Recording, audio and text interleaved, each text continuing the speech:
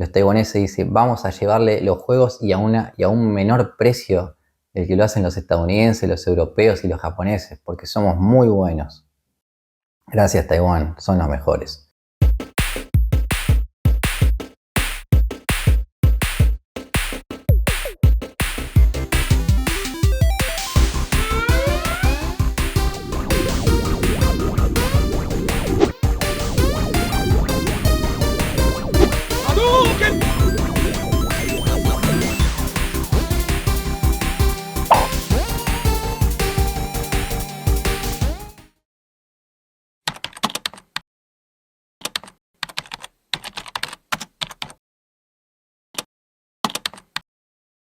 Hola amigos de Pixabirri Retro, bienvenidos al tercer episodio de este canal que se va a llamar Argentina, Tierra de Clon y Pirata.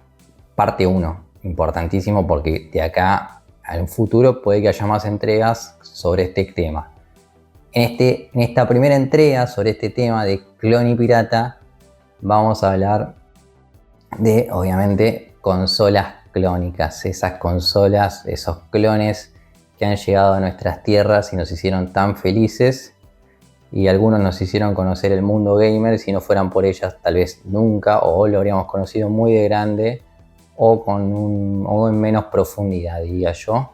Así que me pareció un buen tema para tocar, porque creo que todos vivimos en algún momento de nuestras vidas, o vivimos esa parte y tuvimos alguna de estas consolas que vamos a ir nombrando en el día de hoy, así que me parece un tema muy bueno.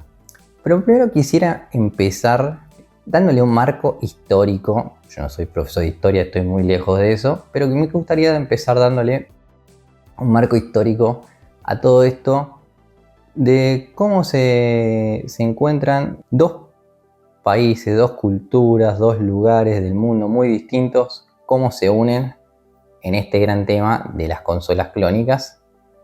Y quiero empezar hablando un poco de lo que es Argentina, o mejor dicho, lo que era Argentina hace mucho tiempo, o lo que significaba Buenos Aires. Me voy a remontar a la época de la colonia, en donde América estaba dividida en virreinatos y capitanías. Había 4 grandes virreinatos en América. Uno de ellos el Virreinato del Río de la Plata, donde estamos nosotros acá en Argentina. Otro que era el Virreinato de Nueva Granada, que era la parte de Colombia, Venezuela.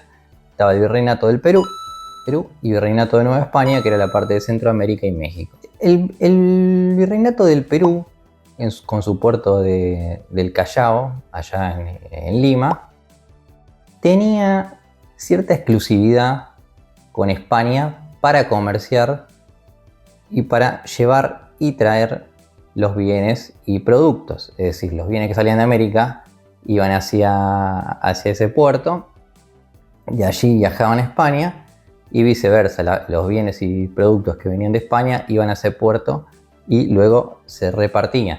Esto lo hacían comúnmente por temas de seguridad, porque obviamente estamos hablando de épocas de pirata.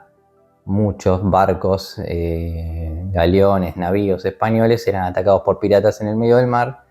Entonces habían trazado esta ruta de seguridad para que ningún pirata inglés, holandés, francés les afane el oro que se estaban afanando de América, podemos decirlo.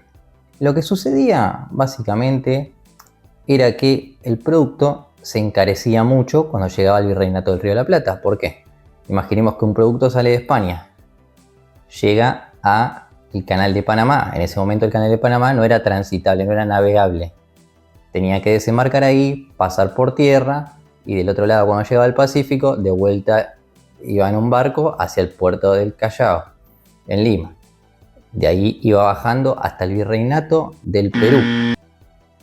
Iba bajando desde el Virreinato del Perú hasta el Virreinato del Río de la Plata. Iba cobrándose en cada lugar donde paraba, se iban cobrando impuestos, iban pagando tasas y demás. Cuando llegaba al Virreinato del Río de la Plata, mejor dicho, a la ciudad de Buenos Aires, el producto era carísimo, era inviable.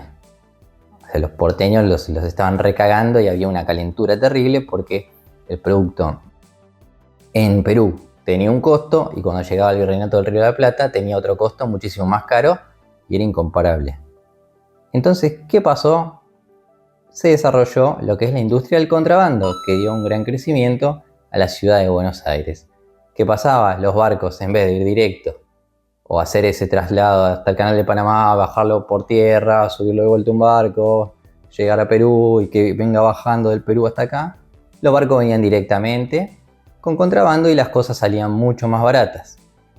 Estaba esto prohibido por España porque solamente el puerto exclusivo que tenía para comerciar era el del Perú, pero bueno, las cosas eran inviables y medio que se fue haciendo la vista gorda, medio que la gente también fue reclamando y demás para que estos productos empezaran a llegar directo del Virreinato del Río de la Plata y ser más baratos, pero la primera gran industria fue la del contrabando que permitió el crecimiento de la ciudad. Por ende, tenemos ya en la época colonial, en Argentina, o Virreinato del Río de la Plata en ese entonces, un acercamiento a lo que sería la piratería y el contrabando, y entiendo que en el resto de Latinoamérica también estaba bastante aceitado lo que era contrabandear y piratear, si no, ya verán todas esas películas Pirata del Caribe en Centroamérica, cómo se vivía. Me voy a tomar un pequeño traguito.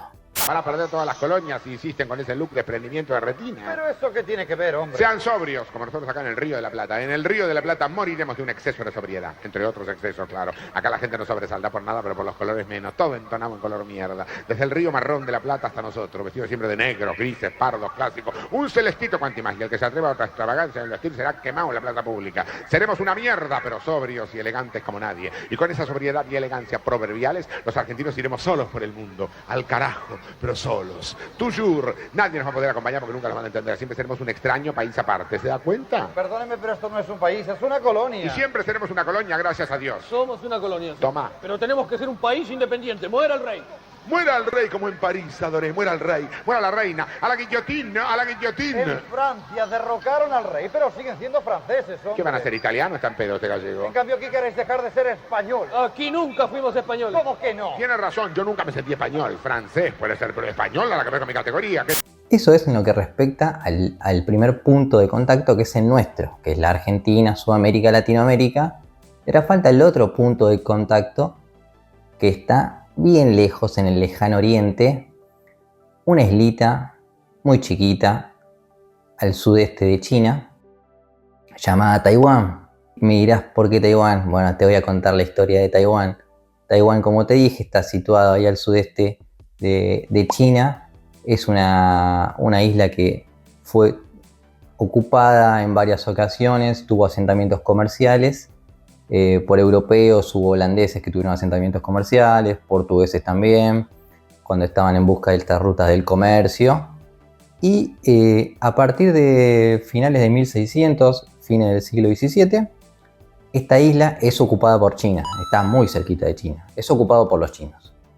Hay una ocupación china alrededor de un poco más de 200 años, hasta 1895, que es ocupada por los japoneses, que también están muy cerquita. ¿Qué pasó? Los japoneses y los chinos estaban en la guerra que se llama la guerra sino-japonesa, que es la guerra entre China y Japón, la cual gana Japón, por lo cual los japoneses le quitan esta isla a los chinos y la ocupan ellos hasta 1945. Es decir, que tiene una ocupación de 1895 a 1945, 50 años de ocupación japonesa en Taiwán. Se termina justo en 1945, ¿por qué? Porque Japón pierde la Segunda Guerra Mundial, junto con sus aliados que eran Alemania e Italia. Japón pierde la guerra, tiene que ceder de nuevo esta isla a los chinos. ¿Qué pasaba en China en 1945? China estaba en plena guerra civil. China estaba gobernada por el Partido Nacionalista. En ese momento era la República de China. ¿Quiénes lo querían ocupar? Los comunistas, al mando de Mao Zedong, como ya sabrán.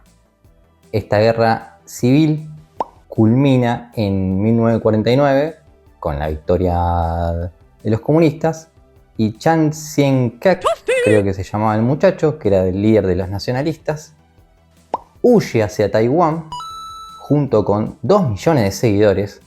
No lo siguieron, 10.000, 15.000, 20.000 tipos, 2 millones de seguidores, también que los chinos no son un montón, pero se fue este muchacho a refugiar a Taiwán y desde ahí planear una resistencia. El tema es que en ese momento quedaron 2 Chinas y hasta el momento existen 2 Chinas, se podría decir. Una que es la China continental, que es la que quedó con el nombre de República Popular de China, que es la grandota, la que conocemos todos, la que tiene la bandera roja con las estrellitas. Y quedó la República de China, al mando del gobierno nacionalista en su momento, que quedó ahí haciendo resistencia y reclamando que ellos eran los verdaderos chinos. O sea, el poder que gobernaba la China continental se tuvo que refugiar en la isla y reclama que es la verdadera China. Cada uno de los 2 bandos reclama que es la verdadera China, y es por eso que a lo mejor en los noticieros ustedes ven que hay un conflicto entre estos 2 países y no saben por qué es. Viene de ese entonces que se reclaman el poder del país, básicamente entre estos 2 poderes.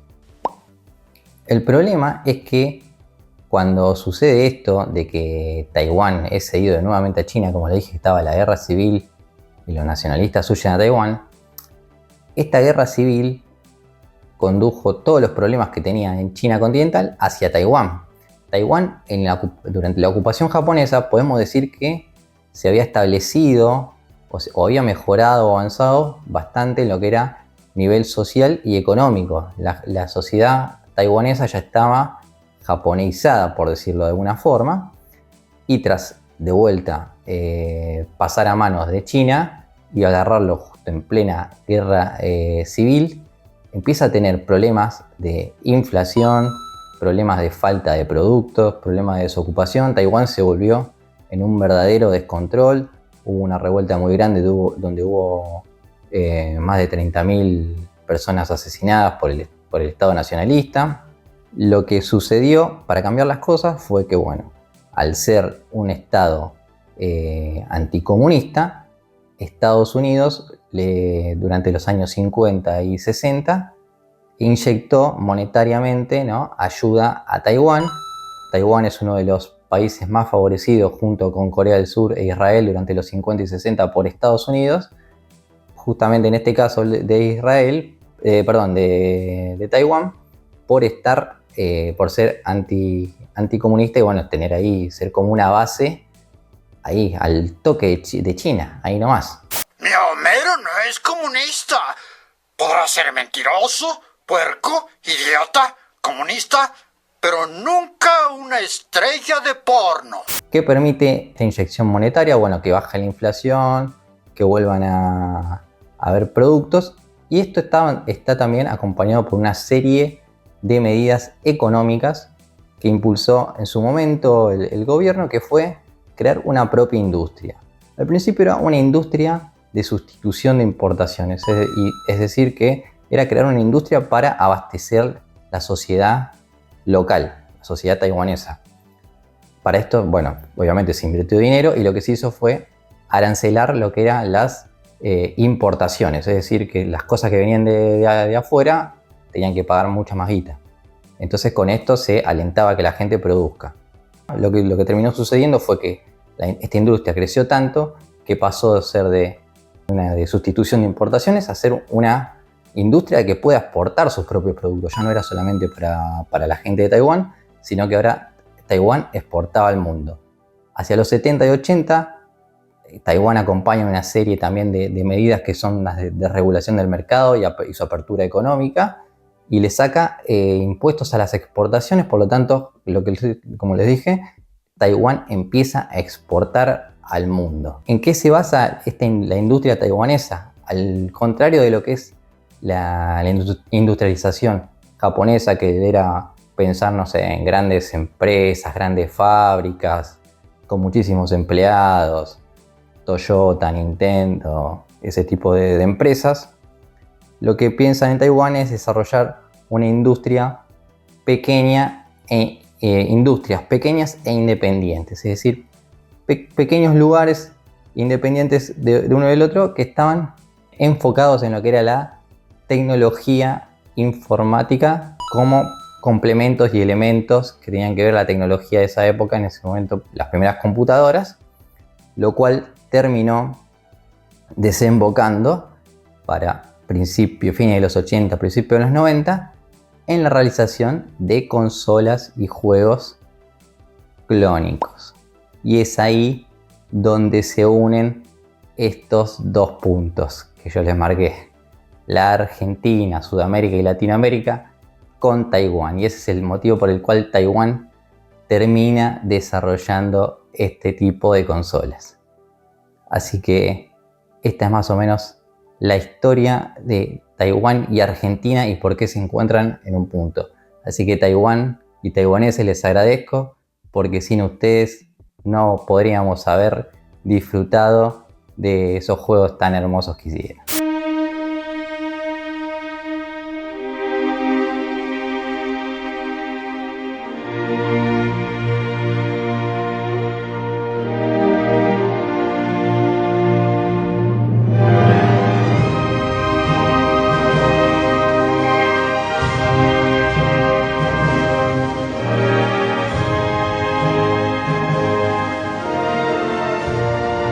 Sin embargo, para que haya una copia o un clon de algo, tiene que haber un original primeramente. ¿Cuál es este original que fue súper recontraclonado? Fue el famoso Famicom. Vamos a verlo mientras me como una pizza. ファミリーコンピュータの楽しいカセット情報。シングルス、ダブルスの本格テニスをコンピュータと技比べ。5段階のランクが楽しめます。ピンボール、迫力のフリッパー、スロットマシンのスリル、ポーカーゲームの興奮、ビンゴの面白さの全てを結集したピンボールの決定版。さらにゴルフ、光線銃など面白カセットどんどん登場。En 1983, Nintendo lanza al mercado la famosa Famicom. Este lanzamiento es solamente en Japón y en Estados Unidos llega recién en 1985 bajo el nombre de la NES, Nintendo Entertainment System, con un formato totalmente distinto, muy parecido a una videocasetera, porque como ya sabrán, Estados Unidos había sufrido esa crisis de los videojuegos en el que tenían un stock impresionante de juegos, se había saturado el mercado, no sabían qué mierda hacer.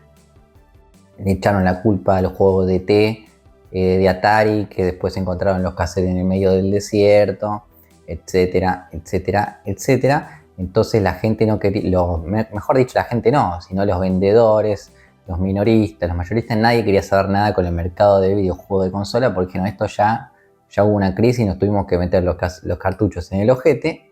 ¿Qué vamos a hacer de nuevo con esto?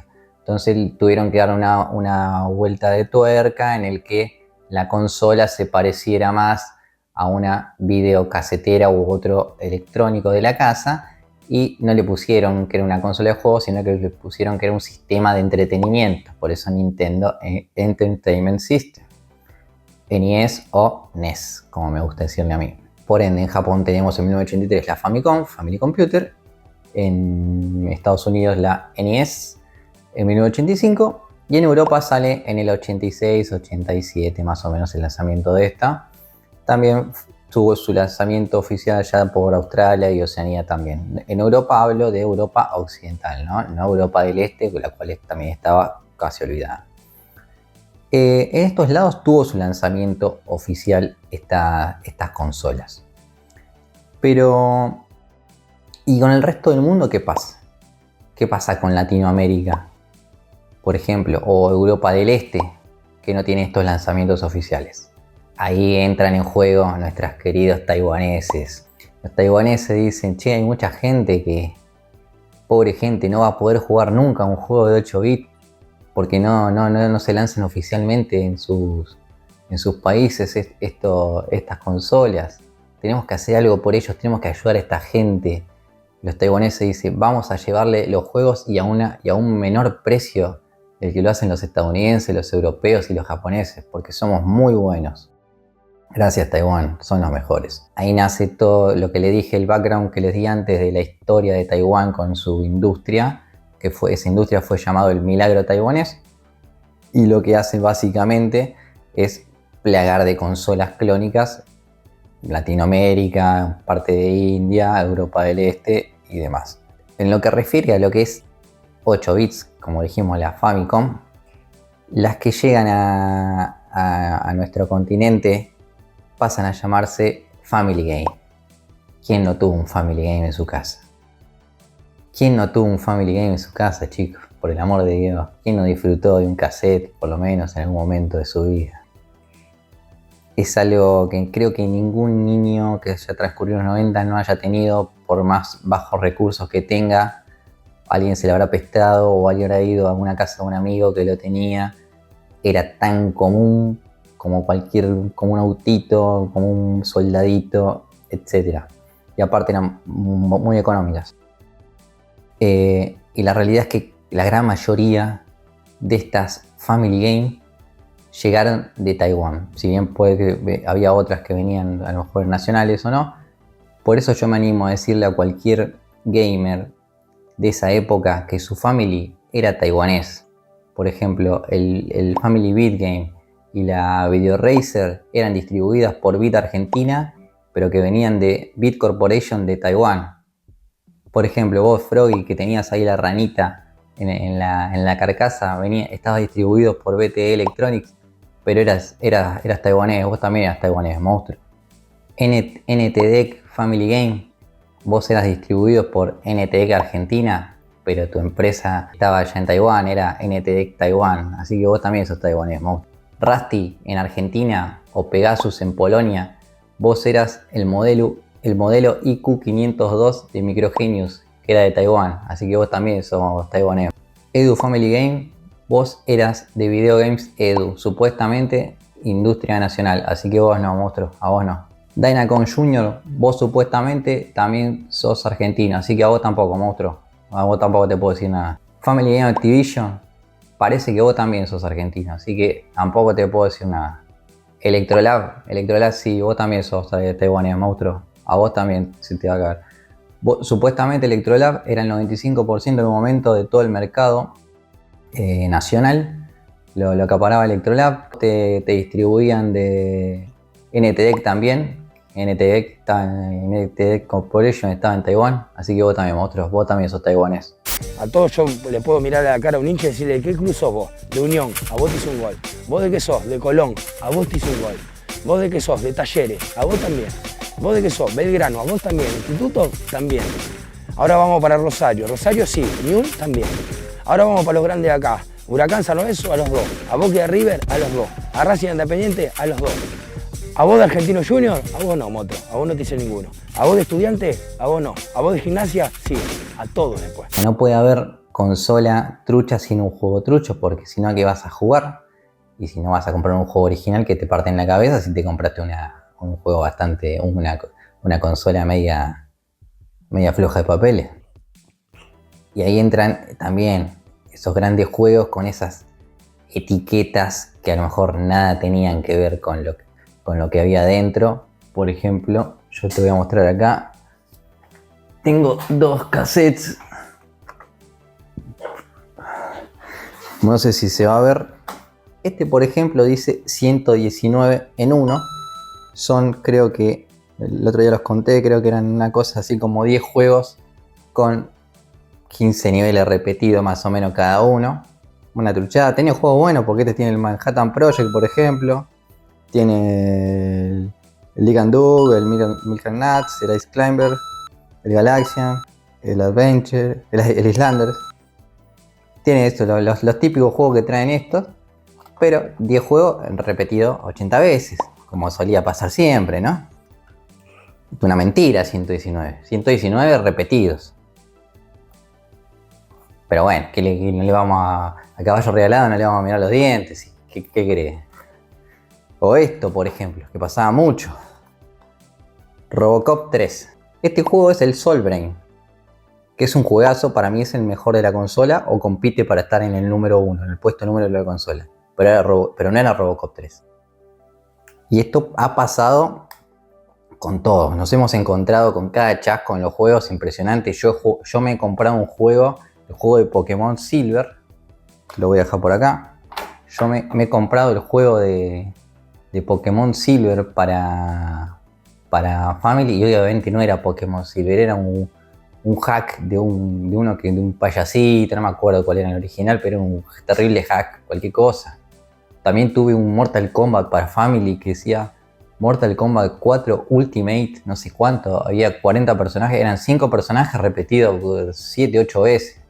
Y te lo multiplicaron, tenías 40 personajes, mentira, eran 5 o 6 que te lo repetían siempre. Era Raiden de todos los colores, Kanon de todos los colores, y así, pero eran Scorpion de todo un arco iris de Scorpion. Claro, así muy fácil, muchachos. Pero bueno, era lo que nos tocaba en esa época. Y también he visto chicos jugando en japonés, por ejemplo.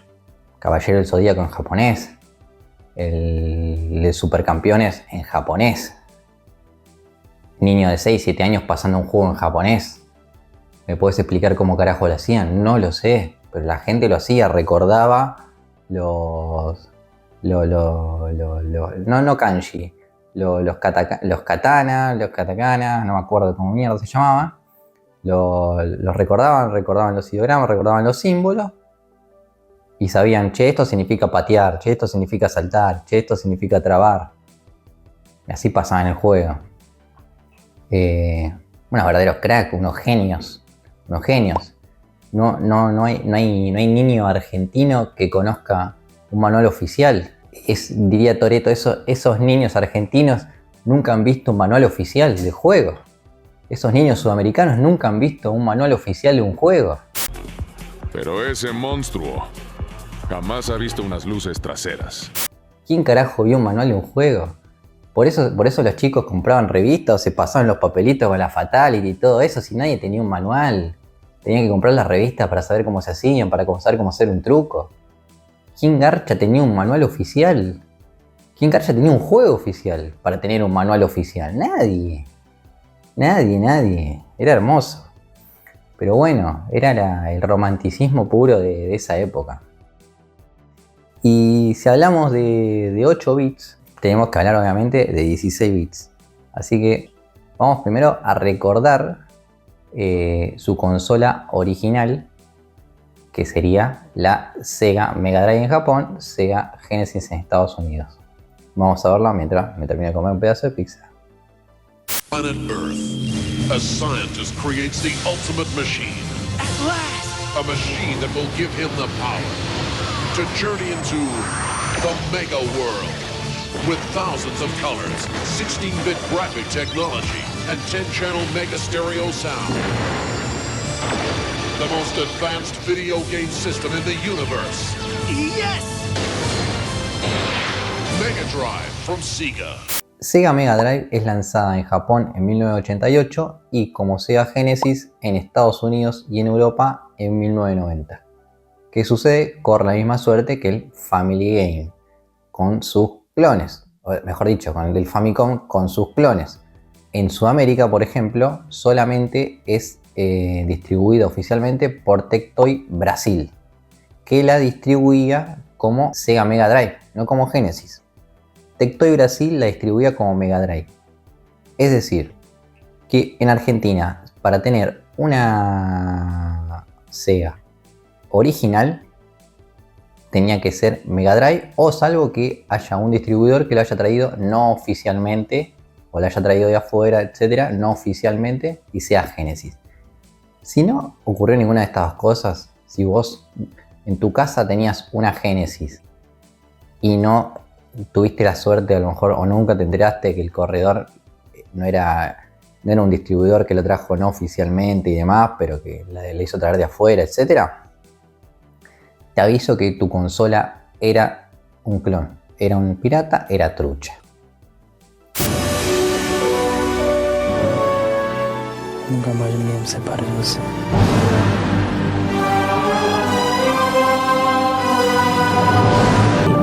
¡Oh, clone! Tenías que correr con la suerte de que sea Mega Drive para que sea de Tectoy, que sea el oficial. Si no, como te dije, tenía que ser un distribuidor no oficial, si no era trucha. Así que, como todo el mundo acá tenía, en su gran mayoría tenía una Sega Genesis, yo calculo que todo el mundo tuvo una Sega trucha y nunca se enteró. Esa es mi percepción. No sé cuál será la tuya. Así que había muchos Sega dando vueltas. Trucho que decía Sega Genesis, ni siquiera Family Game como el otro que era un clon del Famicom, que le cambiaron el nombre. Acá no, muchos decían Sega Genesis o Sega Mega Drive, Sega Genesis y eran truchos.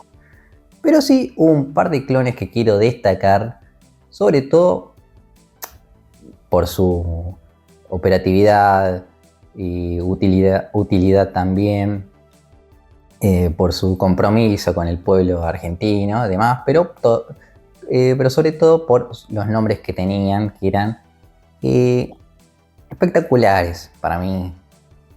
Eran espectaculares ponerle, por ejemplo, el primer caso que vamos a nombrar, que es Super Senga. El producto original se llama Sega. El producto copia, el producto clon, se llama Super Senga. O sea, es tan obvio que es trucho, que hasta pega toda la vuelta. Porque es como el Adidas del Adidas, el Nike del Nike, el Pumba del Puma. Es el Super Senga del Sega. O sea, puede haber algo más trucho que se llame Senga en vez de Sega. Encima, Super. O sea, es súper trucho. Pero era hermoso igual, era hermoso igual. Tienda de aparatos domésticos. ¿Oh? ¡Oh! ¡Mira qué precios tan bajos en electrónica de marcas famosas! No seas sopenco, papá. Son imitaciones. Yo sé distinguir un Panaphonics auténtico. Y mira, aquí hay un Magnet Box y un Sony. De esta consola no sabemos cuál es el origen. No sabemos si, no, la verdad no se puede encontrar. Al menos yo investigué, no se sabe si es taiwanés, chino, de dónde viene, qué parte del mundo viene. Pero sí que es, si mal no recuerdo, es el modelo AT160. No me acuerdo si era AT160 o AT180. Igual acá abajo lo voy a estar poniendo. Que era como un modelo genérico que se hacía en alguna parte del mundo. Y, por ejemplo, se vendía en Rusia con otro nombre. Y cuando llegó acá a Estados Unidos le pusieron Super Senga. A Estados Unidos, vino acá a Argentina, le pusieron Super Senga. Era un modelo genérico y cada uno que le agarraba le ponía un nombre. Acá cayó como Super Senga. ¿Quién habrá sido el genio que le puso Super Senga? No sé, pero espectacular, o sea, como no es Sega, es Senga, pero es Super. Buenísimo. Y otro que quería destacar era que obviamente ese vino con un nombre ya de afuera, porque no puede haber una persona en este país que a una consola le ponga Songa, con la cantidad de rimas que se pueden hacer con ese nombre. Songo y Songa fueron al río. Songa se ahogó. ¿Por quién llora Songo? Por Songa. Así, y ese es un jueguito de palabras solo. Imagínate la cantidad de juegos que se pueden hacer con Songa. Agarrame la Songa. Así. Pican, pican los mosquitos, pican con gran disimulo. Unos pican en la cara y otros pican en el culo. Cuando yo era pequeñita, me enviaron a la escuela y como no hacía nada, me mandaron a la miel. Una de las cosas más características de esta consola era su nombre, Songa, que era como unas aletitas de tiburón, estaba asociado al tiburón Songa y tenía los botones que eran azules fríos que parecían los ojos de un tiburón. Estaba muy bueno. La verdad, una consola muy buena. Muy buena. La Senga era casi, que nombré antes, la Senga era casi igual al Mega Drive. Era un modelo muy parecido. Y la Songa no, tenía ya un formato característico propio. Y fue muy popular. Muy popular, siempre había uno que tenía un Senga, un Super Senga, una Songa. Y bueno, en casa se compraba lo que podía. Éramos tan pobres, decíamos el negro Olmedo, así que es para recalcar estas dos consolas clónicas por esos grandes nombres que nos han dejado. Le hago una pregunta. ¿Usted saldría con esto a la calle? Éramos tan pobres. Por último, y no menos importante, mientras me como el último pedazo de pizza, quería recordar a esa consola portátil tan simple, pero tan maravillosa y que tanto tiempo de entretenimiento nos ha brindado, que es el famoso Brick Game. Vamos a verlo.